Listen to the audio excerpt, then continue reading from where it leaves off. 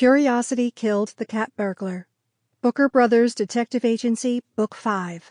Written by Maisie Dean. Narrated by Marie Hoffman. Chapter 1.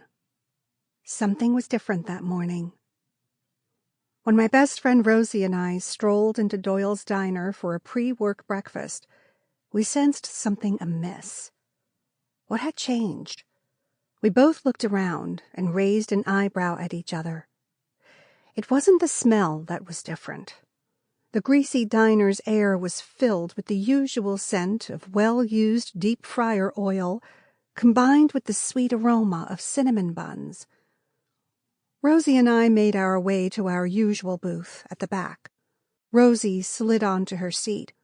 Her movement tugged the edge of a tablecloth. The salt and pepper shakers chattered on the table. That was new. The diner we knew and loved had never used tablecloths. That morning, though, every table had one.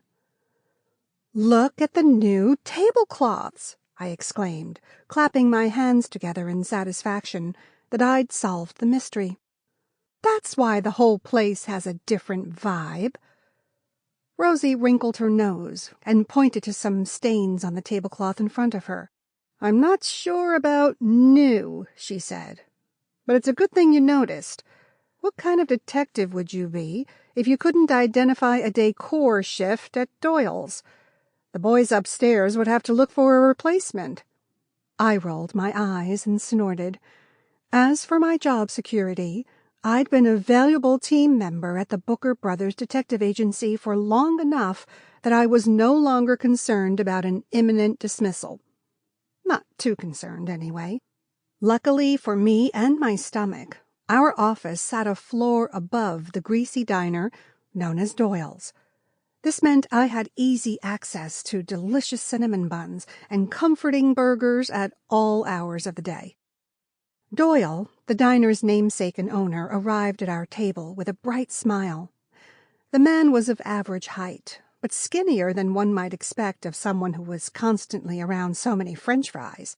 His hair was thick and dark, both on top of his head and sneaking across his face in a perpetually wacky-looking mustache. Doyle must have been middle-aged, but his skin was smooth and bright, and he bounced around the restaurant with a sprightly step. "Morning, Kacey. Morning, Rosie," Doyle said, chipper as always. "Nice to see the two of you in here so early, and with your eyes open, too." Rosie said to the man, "Sample complete. Ready to continue?"